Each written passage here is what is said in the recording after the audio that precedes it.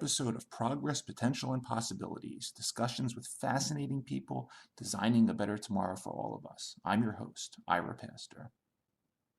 Welcome everybody again to another episode with another fascinating guest who, as we say, is involved in creating a really better tomorrow for all of us.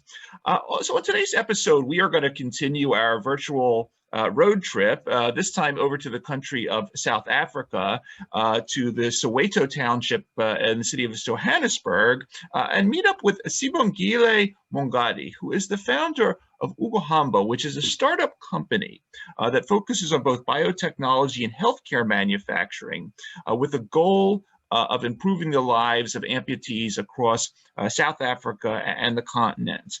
The company is a 100% Black youth woman-owned company. Uku'hamba in Zulu actually stands for to walk. And the company is focused on utilizing 3D printer and 3D scanning technologies to ultimately develop prosthetic limbs that can be widely and inexpensively manufactured. Her mission is to ensure that prostheses are made available to everyone in need, greatly increasing the independence of amputees who may not be able to currently afford them. Ms. Mongadi was designated as one of the top emerging innovators across Africa in 2018, named in the Inspiring 50 class of 50 South African women of 2019, and a top 100 South Africa Shining Star for science and technology. When COVID-19 hit, Ms. Mongadi repurposed the company's efforts towards manufacturing a variety of safety equipment for frontline workers. She has also worked with other innovators in the area to build a very interesting contactless thermometer sensor and hand-free hand sanitizer for use in schools and industry. She is also the founder of the Soweto Young Women Empowerment Initiative that seeks to shape young women to be leaders in different areas of society. Outside all of that, she's also the chief marketing officer at Club Readership, which is a publishing company that seeks to celebrate different African stories, whose work has ignited a major drive to open a public library in Eastern Cape, which is another fascinating thing that's on her schedule of things she does. She has backgrounds from both the Cape Peninsula University of Technology and University of Johannesburg. All that being said, Ms. Mongadi, thank you for taking the time to come on the show today. Good afternoon. How are you? We're fine over here on the East Coast of the United States. How's everything down in sunny South Africa today? All is okay on our side. Oh, wonderful. Okay. Thank you so much. Absolutely, absolutely. We typically start things off by handing our guests the microphone for a little bit, just to talk about themselves. Before we get into what you're doing at the company, could you just take us for a little background on Sibongile Mongadi? Talk a little bit about where you grew up, how you developed this interest in both science and technology and entrepreneurship, and a little bit of your journey that led you to form this company. I think that would be a great way to start off. Okay, most definitely. Greetings once more. Indeed, I go by the name of Sibongile Mongadi. I'm actually a young female from the township of Soweto. That's where I was actually raised, and that's where I actually grew up. And I actually come from a family of 8 siblings, and including my mom and my late dad, it means I come from a family of 10. And I'm a 6th child at home. So I was raised by both self-employed parents and both self-uneducated parents. My both parents did not have that opportunity to go to school. And my mom used to sell sweets at school to earn a living for us. And my late dad drove kids to school. So that's how I was raised by both of my parents. And I actually attended my primary school from Lole Primary School, then my high school, Trinidale Secondary School. That's where I completed my grade 12 matric. And then varsity-wise, I had to actually study part-time due to the fact that I did not have funds at home to further my studies. So I actually had to look for a job, then try to self-educate myself. That's how my actually journey started. And what is most interesting about it is that I actually did your math and science at school from your grade 1 until grade 12. I always had the love of science ever since I was a kid.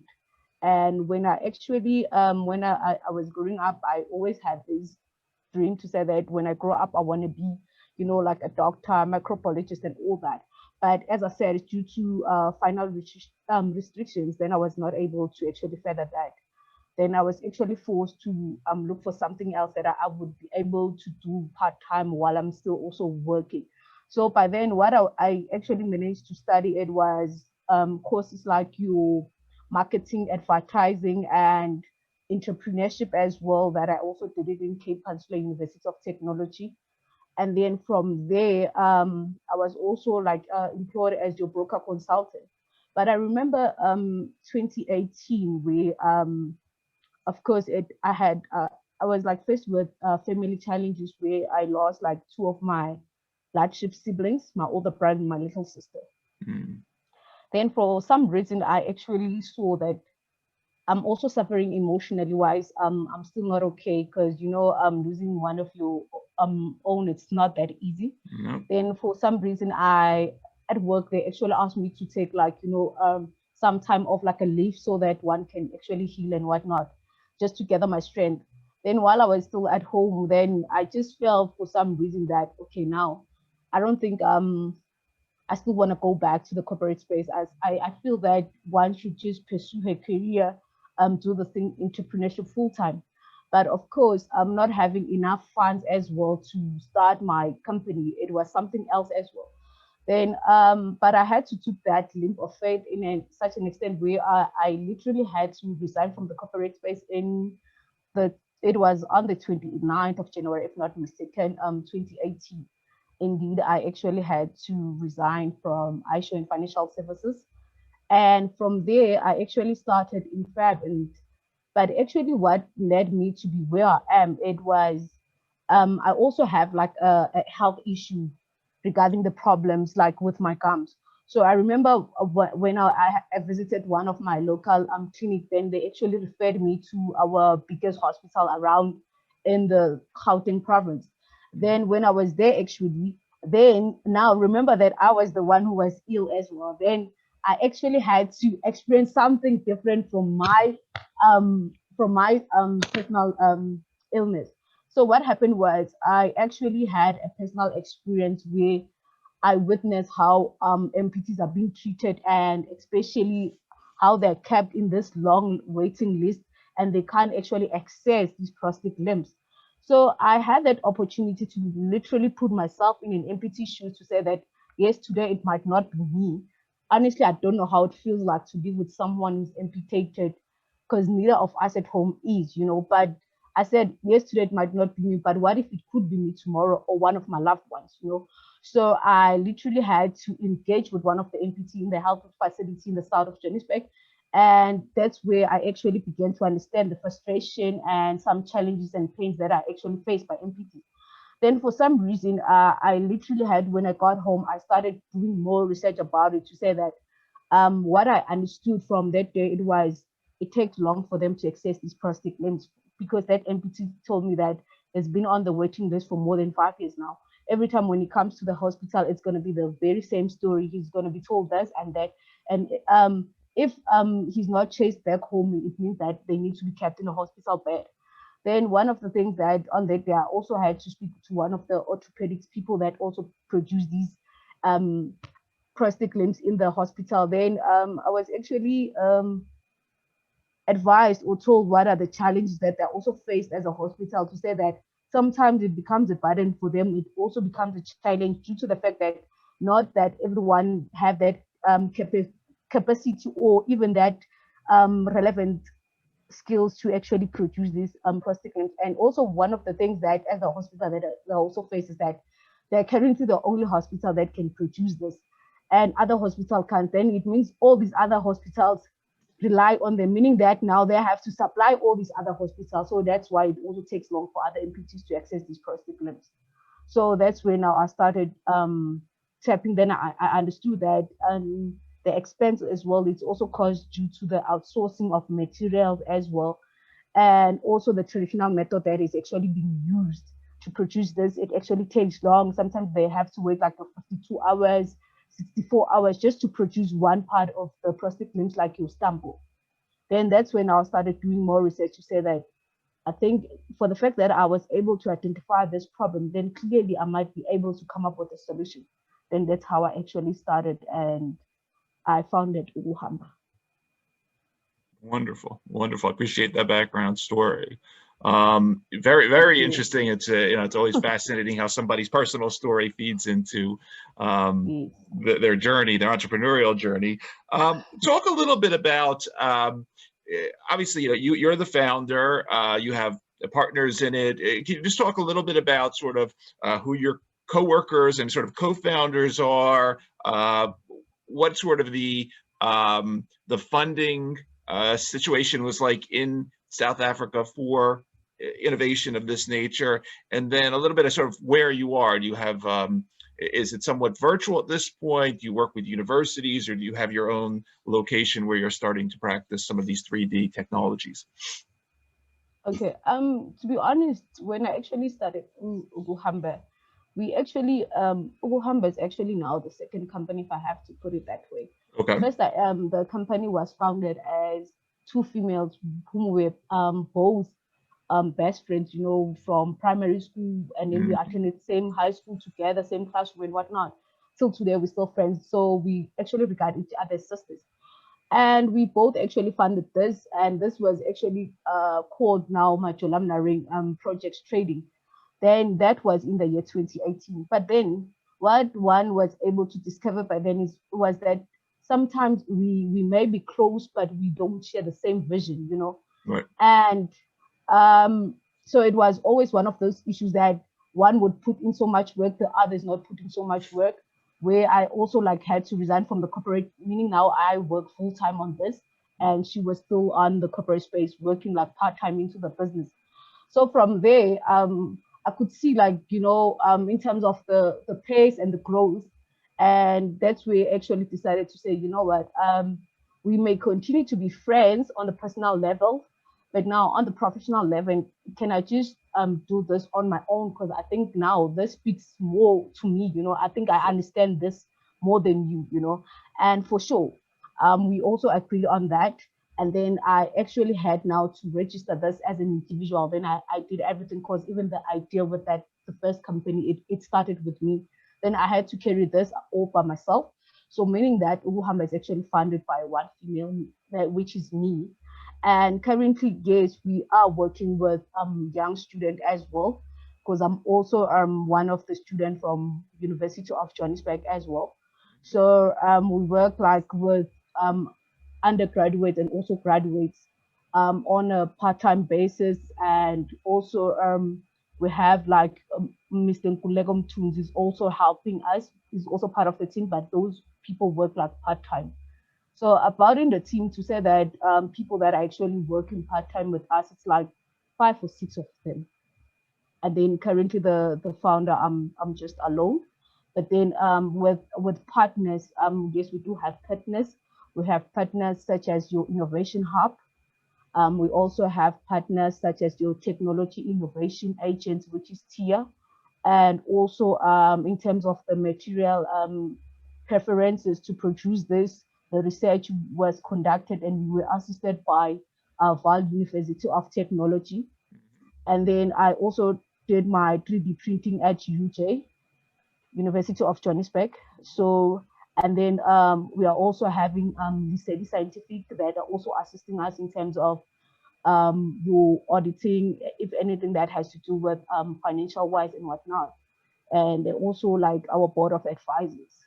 So currently those, and just to also mention a few, then we also have Black Management Forum, whom also assisted us in terms of the seed grant. So they are also part of the partners, and we are also receiving mentorship from them as well. So those are currently some of our partners. Wonderful. Thank you for that. Talk about some of the, in terms of the prostheses, what are some of, I think I saw some information about leg prostheses, but talk us a little bit about what you're currently sort of printing or prototyping for initial sort of projects, and then sort of some of the things that you see specifically, legs, arms, beyond, what are some of the different areas that are most important in terms of these long wait times that you see in the current system? Okay, currently when I started to fund this, the challenge that we actually found was that most amputees limb losses are from your lower limb, meaning that's the leg. So but then now, for the fact that now at first we had some challenges when one was actually trying to present this to people, and most people did not believe in this, until one actually had to put it into actual thing, like implement it and impact few amputees with this innovation. Then now that's when people now started finding interest, and that's when I was able to also partner with relevant institutions. So just to answer you on that one, is like Uku'hamba, yes, we say Uku'hamba, meaning that mobility in English, to walk. That's what the company is all about. But our motto is actually saying that to give a hand, so we are also giving hope to the amputees, and when we say giving a hand as well, we are also producing your artificial hand, and then this also came about where we were approached by one of the schools as well, known as Hope School, and this was a linkage due to from Jumping Kids. So they also asked us to produce arms for kids. So now, eventually, because now we say that we actually produce your custom-made prosthetic limbs, then it means that we cater according to a MPT specification. So there's no way that we can say we cannot produce a knee, we cannot produce a hand and whatnot. So just to answer you in that is that we actually our main focus was the entire lower limb, meaning it's a leg. But now, due to the interest that we've been receiving from other partners and companies, then now we are able to actually produce your hand and arm. And then currently, this is what we are actually able to, just to show you a demonstration as well. Please. Yeah. So it's this. Then this is actually so this we actually 3D print this. Then this is a part that is called like your stump, the typical part. Then we actually for the fact that of the equipment that we are actually using, we weren't able to actually produce the entire leg on the actual one printer. So it will actually want us to produce like piece by piece, you understand? Yeah. Then after that we assemble everything all together. But yeah, this is actually made of affordable plastic. So this is what we actually produce. This is the stamp for the leg. Yes. Very interesting. So we cater for all sizes and also for different purposes or need. Because currently the actual vision is to say that in future we also want to produce these brain control or robotic 3D printed prosthetic limbs, but at an affordable price. But however, due to what I have experienced in my own country in South Africa, it was the standard one, because that's where the challenge came in, that most people are on that waiting list. So now what we are actually trying to do, we are trying to meet that demand of affordable one, meaning that we produce the low cost one, which is your standard one. Yes. When obviously, like many businesses around the world the last year, that with the pandemic had to modify things, you also redirected some of the company's efforts, working on PPE, thermometer sensors, special sanitizers. Talk a little bit about sort of how easy or hard some of those transitions were during the pandemic, and then a little bit of what you were involved in and currently involved in as far as COVID, and how you can sort of dual task for this purpose. Okay, with this one, actually, it was very interesting for the fact that most of my our production and whatnot, we are actually working on, at home, due to the fact of us not being able to access the space as yet. Sure. But for the fact that now we were able to impact, plus minus 10 amputees with our own product, now that's where the interest came in to say that now there are other hospitals that are willing to assist us in terms of, the space, that meaning we can actually use it as our consulting room, or we can use the space to actually produce this. And then now, for when this thing of COVID-19 came, of course, most of us were not prepared mental-wise and whatnot. But like I said, from the beginning of my interview, is that where if you regard yourself as an entrepreneur, where you see there's a problem, you would always want to come up with a solution. So even with this COVID, I said for the fact that I have the capabilities and saying that I can actually use the 3D printing, why not me print maybe the PE and try to help the frontline workers?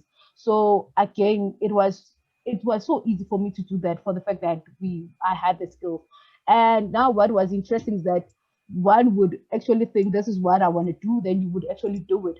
But also, like I said, Uku'hamba is actually a youth-owned company, but also working with very young, innovative entrepreneurs and young individuals. So even when we actually had to build your sense contactless lens thermometers, it was simple because remember now we're all like minded. So it was just us collaborating and also complementing each other's skills, whereby you would have me having that capability of 3D printing, then you would have the likes of your Brian, your Mashiko, who have that background of electronics, and you would have the Lamleli, who also have the background of hardware and all that. So it was easy for us to actually put it down as an idea, but then how do we actually build this and actually implement this? It was very simple because now we were like, okay, let's try to figure it out here on our laptops. Let's do the graphics and whatnot, and we were able to do that. And once everything was done from the software side of things, then we were able to take everything to the hardware side of things.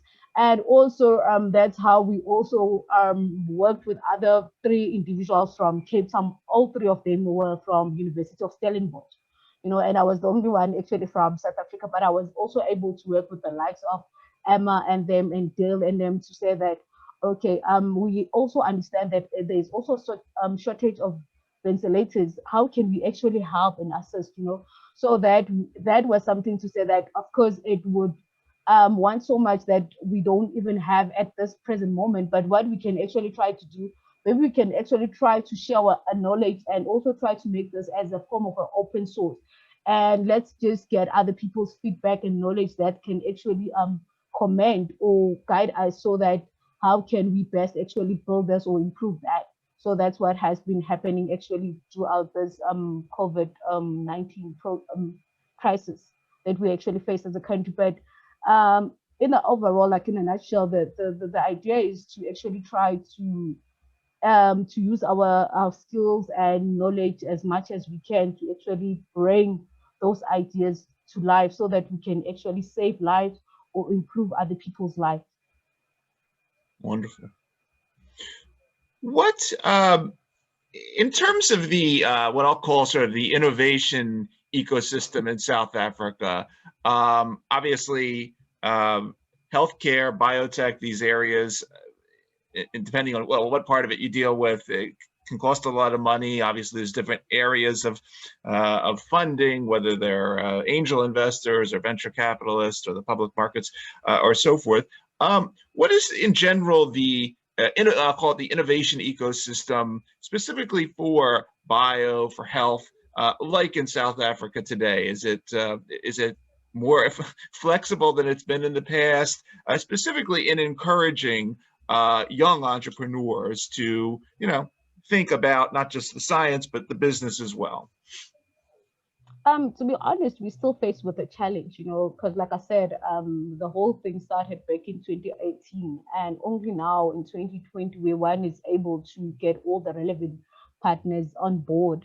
So just to answer you on that, I would say that we are still faced with a challenge as young entrepreneurs and as also young individuals in terms of the funding and whatnot, because Uku'hamba was also self-funded.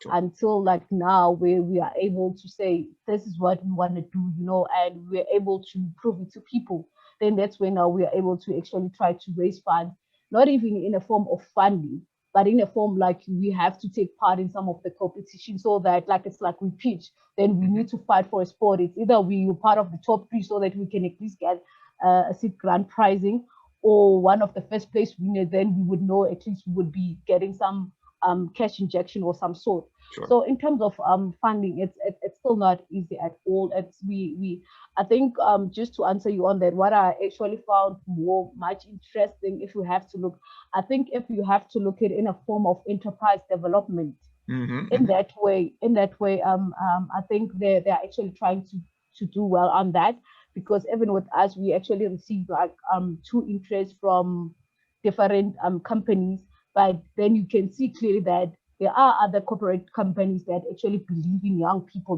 and they're also willing to say that we are willing to also put the certain amount to this specific company and whatnot. But just to give it in a overview, introspections, I think it's still a bit of a challenge, to be honest, in terms of raising funds. I know some people would even, especially when you are in this health industry or your biotechnology, it's even hard, because remember, you also need to also comply, because you might have all this brilliant idea or the project, but you also need to comply, and you need to like make payments for certain certifications and whatnot, compliances. So then remember, this compliance, there's no way that you can say you would get this for free and whatnot. There's a process like they need to do like manufacturing site inspection, then you need to pay. Yep. And those site inspections, they also rate per hour. So meaning if these people are going to be there for more than 2 hours or 3 hours, it's still going to be much of a cost. And also you need to get like, that certification to say now we are actually what you call prosthetic device, medical device manufacturers. Then now we also need to comply. As much as we fall under class A, then we need to pay for that specific certification or compliances. And they're also above like more above 20,000. So again, if you are just someone who's starting and you don't have money, it also becomes a challenge. So I think we still need more support in terms of that, and even more exposure, because it's we only find these exposures when you actually entered into a certain competition, if I have to put it in that way. And it's like, if you did not make it in that pitching competition or whatnot, then we are not getting a form of kind of a support to move you forward. Because sometimes it might happen that we might be the top 10 or the 15 startups or companies that have been pitching, right? Then of course we might not all be winners out of the 15, but if they have to take like these 3 companies out of the 15 or 30 or 200 of them, but at least try to support others, to say that it might not be financial wise, but we are also willing to support you in a form of equipment and whatnot. Yes. So I think we still need that. You, as I mentioned at the beginning, you've been mentioned all over the place in terms of not just South Africa, science and technology innovation, but all across the continent. You're the founder of the Soweto Young Women Empowerment Initiative, which brings together a lot of these themes: young people, young females, and Soweto. Talk a little bit about sort of this initiative in general, and then some of the main learnings that you have been using as you achieve this top innovator status on the continent. What are the main learnings that you're allowing to trickle down to other, whether they be in college or high school, but to encourage the youth to think about entrepreneurship and STEM as a component of that? That's an interesting one. Thank you. Just to explain a little bit how this Soweto Young Women initiative was started. Like I said, sometimes you would have the idea, but you wouldn't have the relevant support structure around you. So with Soweto Young Women Empowerment was actually funded in a sense where I, as a female as well, I'm also faced with other challenges where when you are on your own, you would think that you're still not doing enough. And you would still feel like you're not that confident, you have like low self-esteem. Those are some of the things that we actually go through, especially young people. So for me, it was, but how do we actually come in one room and let's have these people that have actually made it, or people whom we actually regard them as our role model, to actually come and share their experiences or their knowledge, so that it can actually equip us as young people, so that we can actually be better leaders in the society, or even in our own community or country as well. So that's how was Young Women Initiative was funded, for the fact that I was actually raised from Soweto, so I could see some of the challenges that young females are going through. You would see young people at the young age that are being pregnant, and meaning the rate of teenage pregnancy is increasing. For the fact that we don't have these role models to actually inspire them or encourage young people. Then I actually had this opportunity where while I was still also trying to find my foot in this entrepreneurship thing, leadership, if you have to call it. Then I had the opportunity to actually engage and also work with the likes of Mrs. Anna Mapifu from Pong, who's actually the CEO of Transport Education Training Authority in South Africa. Then I actually had that opportunity for the fact that she's also a female and she's actually in an executive position.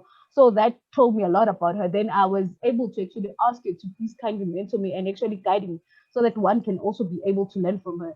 Then I was also able to share with her that to say that as there's something that I actually want to start, but now I don't know how to start this. Then she was like, for the fact that you are a young person and you are able to identify these generational gaps, then clearly you must have a solution to all of that.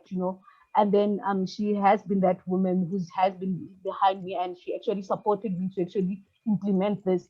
So the whole idea was to say that every month at least, no matter how busy one can be, but at least if I can just volunteer on one weekend, just for me, just to be in a space where I can actually empower young people, especially, but mostly females.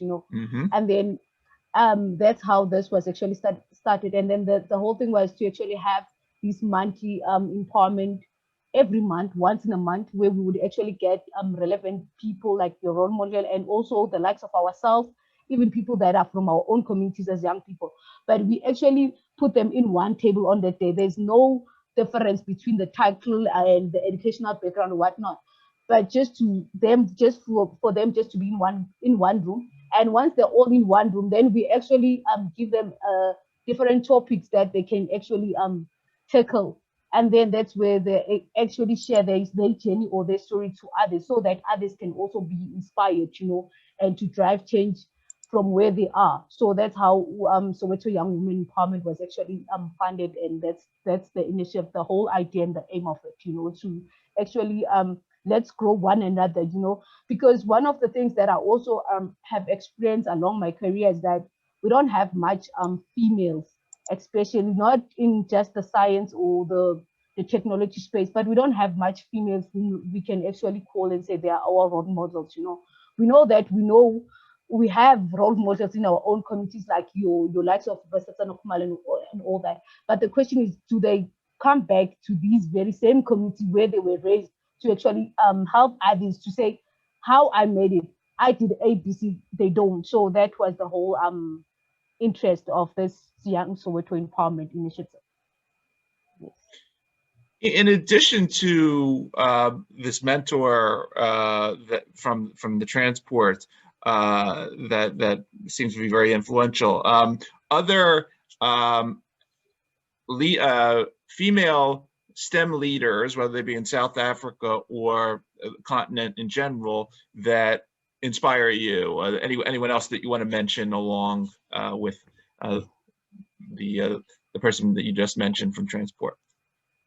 Okay, just apart from transport, like I said, when I've been fortunate, because what I actually understood is that in my country, if I have to put it like that, in South Africa, in order for you to find that support, you need to actually associate yourself with the relevant people, and knock at those doors. Although at times not everyone would open that door for you. That's true. So that if someone says no to you, don't feel discouraged, but continue, and ask the next person. That person, he or she might have the best interest at heart for you, and she or he would be able to assist. So that has been part of my journey, and that has been part of my story. So with me, I had I'm still having the likes of Mrs. Anama Pifu from Pong that's been part of my journey. That's how the whole Soweto initiative was funded. But also remember now, she's someone in leadership. Mhm. She does not have all the knowledge or the capabilities in terms of the know-how of entrepreneurship, because now she's someone that is employed to 9 to 5 or 8 to 4. So for me, I had to also try to find people that are relevant to me, to what I'm Yep. actually trying to do. You understand? Then that's where I was also like fortunate when I was still at school. Like I said, I come from a family of 8 siblings. So when you come from a background where like your parents are not even educated, and now you want to do math, but you don't know how to start this thing, and how are you going to approach your parents and whatnot. Sure. So those are some of the challenges that I was actually faced, because there's no way I was going to speak to my mom about solving an X, but knowing that she did not go to school. you know. So by then in high school, honestly, I was also fortunate enough to have the likes of Dumazile Ngwenya. She's been known at school, the entire high school, that she used to come second place at high school in that science and maths. Then and she was great apart from me. But for the fact that I knew what I actually wanted, I actually was able to ask her, how are you doing this? Then she was able to actually guide me and say that you just have to put in the work and always trust the process. Sometimes you don't have to work like hard, but you need to work smart. So she's been that role model for me while I was still at high school till today. So in the science and the mathematics side of things from high school and whatnot, Dumazile Ngwenya, she's been my inspiration till today. And also, we're now doing this biotechnology and healthcare manufacturing now. Then I had to actually try to find someone who's also relevant in terms of the science background and whatnot. Then Mhm. I was also fortunate enough to actually have the likes of Mrs. Jabulile Morubi, who's also serving as our board of advisor, at Okay. Uku'hamba. Yes. She's a scientist by professional, and we only met like once as well, where she was like, doing that consulting and coaching for me, because I was part of another program. And on day one, when she actually heard what I was working on, and she honestly showed so much interest, and she shared her knowledge, her know-how, and I was able to, from point A to point B, where I actually met her while I was still on the idea phase. And till today, where now we are able to actually produce this for clients. You understand? So she's been that inspiration to me, and also she's actually the engine behind Uku'hamba, even when we have to have these online and offline presentation, she's always that person that actually travels with us. So yeah, she serves as a board of advisors. Today she's part of the team, and for me, that it has marked, like, a history kind of thing, for the fact that it was the first time having one of our own, especially, having someone who's in the same field that I am. And also looking at what she's also doing, because she's also an entrepreneur full time. She's also a founder of our own company. Then now I was able to relate to say that, okay, if she can do it, then clearly I can also do it. And especially from this side of the technology, engineering, and arts and mathematics. So it's always she's someone who's very much relatable. So she's also one of the people that actually is playing a huge part and a huge role in equipping or shaping or growing or grooming as a founder, yes. But that was just not all. But as much as we may have this thing of the interest, or you have the knowledge of entrepreneurship, but you would always say that you need a certain skill, so that tomorrow, even if you are a founder, but you would need like skills such as your leadership, that can also help you. When you remember now that I'm also a founder, but I have worked with different people, so now I need those qualities, so that I'm able to actually work with people, and have these soft skills, like such as your communications, because it's also crucial. You cannot lead people, but knowing that you don't have the relevant or the right techniques in terms of communication. You understand? So the likes of Mrs. Nkulego Mhlongo as well, whom was also my facilitator in one of the organization called Activate, where I was actually one of the 2,500 young people that was chosen in South Africa whom are driving change. So she's been my facilitator. And remember, then back then, one was not like fully confident in terms of, not even well outspoken, because I was the shy being and whatnot. but these are some of the people that also played a huge role and contributed. Hence today one is able to, you know, stand tall, and even when one is also called in schools to do those talks, then now I'm also able to actually encourage and inspire other people out there, you know. Yes. And I know the list is endless. And even in terms of, like I said, Uku'hamba, it's actually a startup company. You know, we are still like, you know, a small company, but the vision is bigger and all that. But we also need the relevant people. Then we also have the likes of Mrs. Hepingiti, who also came in as our board of advisor in terms of the communication, because that's her background, communication and public relations. You know, so the branding of Uku'hamba, and also, you know, making sure that this is locally manufactured and whatnot. She's been that person that has been taking care of all those things, you know. So yeah, those are powerful. For everybody that is going to be listening to this episode on the podcast or watching on the YouTube channel, you've been listening to Ms. Sibongile Mongadi, founder of Uku'hamba, fascinating startup company focusing on biotechnology and healthcare manufacturing, doing amazing things of improving the lives of amputees across South Africa and the continent. Ms. Mongadi, thank you so much for taking the time to come on the show today. And as we say, thank you for making a better tomorrow for everybody. It was a real pleasure having you.